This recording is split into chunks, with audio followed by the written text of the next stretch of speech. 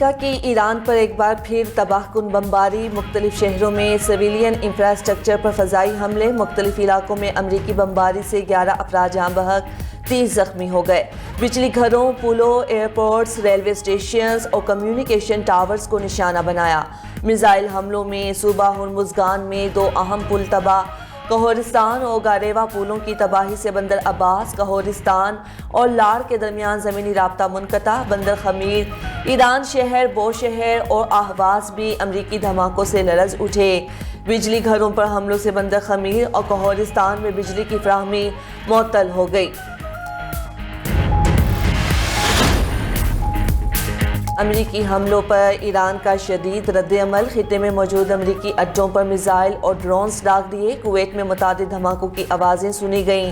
کویتی وزارت دفاع کا اپنی فضائی حدود میں 32 ڈرونز مار گرانے کا دعویٰ۔ ڈرونز کا ملبہ رہائشی علاقوں میں گرنے سے انفراسٹرکچر کو نقصان پہنچا۔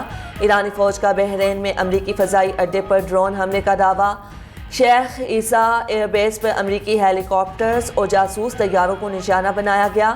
ترجمان ایرانی فوج کا کہنا ہے کہ خطے میں تمام امریکی تنصیبات ایران کا ہدف ہیں۔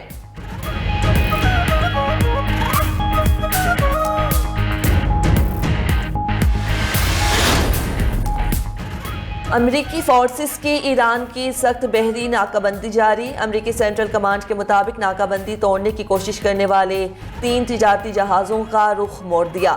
احکامات کی خلاف ورزی کرنے والے ایک جہاز کو ناکارہ بنا دیا گیا۔ خلیج عمان میں دوسرے بحری جہاز پر امریکی فوجیوں نے سوار ہو کر تعمیل کو یقینی بنایا۔ امریکی وزیر جنگ پیٹ ہیگزٹ نے بحری ناکہ بندی اور امریکی فوجیوں کی کارروائی کی تصاویر جاری کر دیں۔ کہا، آبنائے ہرمز پر ایران کا کوئی کنٹرول نہیں۔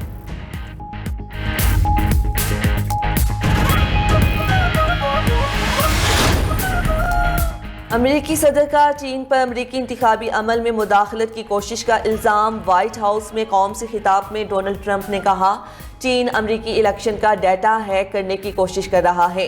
2020 کے صدارتی انتخابات میں بھی چین نے مداخلت کی کوشش کی۔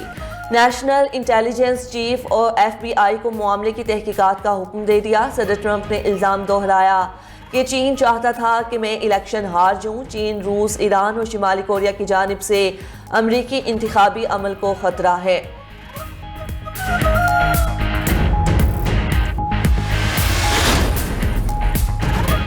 غزہ پر اسرائیلی حملوں میں 8 فلسطینی شہید اور متعدد زخمی ہو گئے۔ اسرائیل کا وسطی غزہ کے علاقے دیر البلح میں مکان پر فضائی حملہ، ایک ہی خاندان کے 3 افراد شہید ہو گئے۔ اسرائیلی فوج کا حماس رہنما کو نشانہ بنانے کا دعویٰ۔ نیوز ایجنسی کے مطابق المواسی کے علاقے میں گاڑی پر ڈرون حملے میں ایک فلسطینی شہید ہوا۔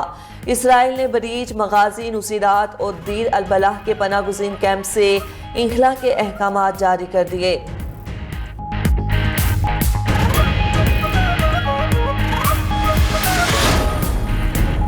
چین کے شہر شنگھائی میں عالمی مصنوعی ذہانت کانفرنس، نائب وزیر اعظم اسحاق ڈار سمیت عالمی رہنماؤں، صنعت کاروں اور محققین کی بڑی تعداد شریک۔ صدر شی جن پنگ نے AI اور عالمی گورننس پر چین کی حکمت عملی واضح کی۔ وزیر خارجہ اسحاق ڈار کی شنگھائی میں چینی ہم منصب سے ملاقات، اسٹریٹجک تعاون پر مبنی شراکت داری کو مزید مضبوط بنانے کے عزم کا اعادہ۔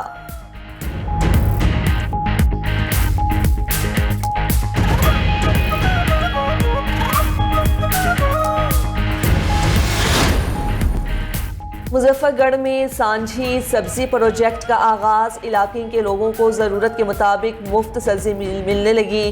وزیر اعلیٰ مریم نواز سے DC مظفر گڑھ عثمان طاہر جپا کی ملاقات، وزیر اعلیٰ کو سانجھی سبزی پروجیکٹ سے متعلق بریفنگ دی۔ بتایا کہ لوگ رضاکارانہ طور پر بھی دوسروں کے لیے سبزیاں کاشت کرنے لگے۔ وزیر اعلیٰ مریم نواز نے عوام کے لیے سانجھی سبزی کو قابل تقلید قرار دیا۔ ڈپٹی کمشنرز کو سانجھی سبزی پروجیکٹ شروع کرنے کی ہدایت۔ مریم نواز نے DC مظفر گڑھ کو چیف منسٹر میرٹ بیج اور 1 لاکھ روپے انعام دیا۔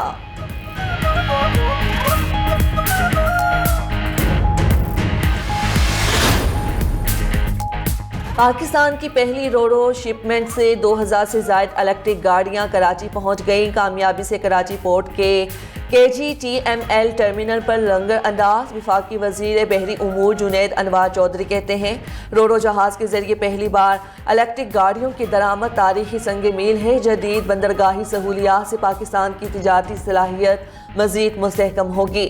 کراچی پورٹ عالمی معیار کی جدید شپنگ خدمات کی جانب بڑھ رہی ہے۔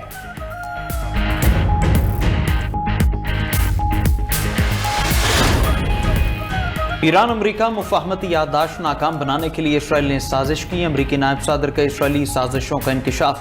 جے ڈی وینس نے کہا اسرائیلی حکومت میں شامل کچھ لوگ چاہتے ہیں ایران جنگ غیر معینہ مدت تک جاری رہے۔ اسرائیل مذاکرات ناکام بنانے کے لیے سرگرم ہے۔ اسرائیل مذاکرات مخالف مہم کی فنڈنگ کر رہا ہے۔ اسرائیلی لابی امریکہ کو اپنی پالیسی سے ہٹانے کے لیے سرگرم ہے۔ ایران سے تنازع کا کوئی فوجی حل نہیں، مستقل حل مذاکرات اور سفارتکاری معاہدہ ہے۔ امریکی زمینی فوج کا ایران میں جا کر لڑنا ممکن نہیں۔ ایران میں حکومت بدلنے کے لیے امریکی زمینی فوج نہیں بھیجیں گے۔ حکومت کی تبدیلی کا فیصلہ صرف وہاں کے عوام کا ہے۔ ہارمز کو کھلا رکھنا ترجیح ہے۔ عالمی تیل و گیس کی بلا تعطل ترسیل چاہتے ہیں۔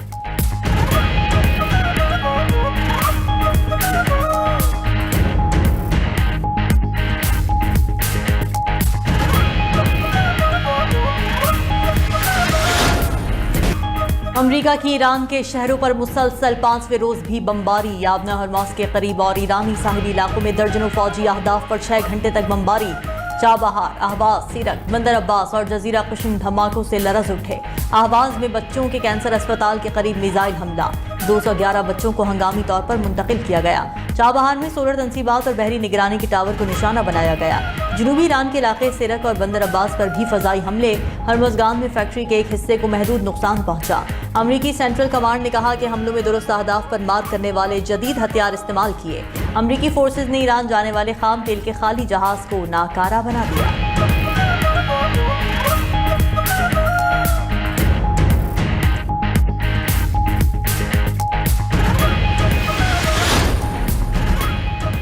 امریکی حملوں پر ایران کا بھی بھرپور جواب۔ اردن، عراق، کویت اور بحرین میں امریکی تنصیبات کو میزائل اور ڈرون سے نشانہ بنایا گیا۔ پاسداران انقلاب کا اردن کے الازرق ایئر بیس پر مواصلاتی نظام اور فیول ڈپو تباہ کرنے کا دعویٰ۔ کہا کویت میں امریکی ریڈار اور عراق کے قصر میں امریکی فوجیوں کو نشانہ بنایا۔ امریکی تنصیبات کی تباہی کے بعد جنگ کا اگلا مرحلہ شروع ہوگا۔ کویتی فوج کا ایرانی حملوں کو ناکام بنانے کا دعویٰ۔ بحرین میں سائرن بج اٹھے۔ عراقی سیکیورٹی حکام کا اربیل کی فضا میں ڈرون مار گرانے کا دعویٰ۔ تباہ شدہ ڈرون کا ملبہ امریکی کونسل خانے کے قریب گرا۔ عراق کی بصرہ آئل ٹرمینل پر ڈرون تیل بردار بحری جہاز سے ٹکرا گیا۔ ڈرون حملے کے بعد تمام آئل لوڈنگ ٹرمینل سے خام تیل کی سپلائی معطل۔ عراقی حکام نے خورمور گیس فیلڈ سے پیداوار بند کر دی۔ ایران کی جانب سے زیر زمین خفیہ میزائل، شہریوں کی نئی ویڈیو جاری۔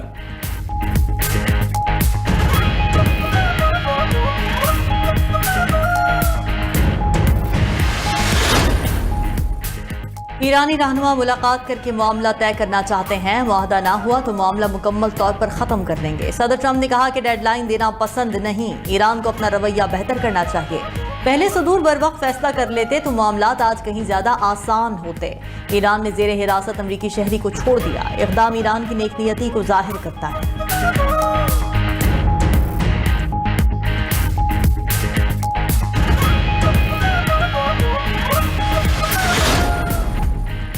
امریکہ کی جانب سے سعودی عرب اور کویت کے لیے اربوں ڈالر کے ہتھیاروں کی منظوری۔ سعودی عرب کو 1.9 ارب ڈالر کے جدید ہتھیاروں کی فروخت کی منظوری دی گئی۔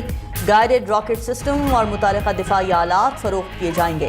امریکی محکمہ خارجہ نے کویت کے لیے $484 ملین کے دفاعی پیکج کی منظوری دے دی۔ C-17 طیاروں کی سپورٹ سروسز کے لیے متعلقہ آلات فروخت کیے جائیں گے۔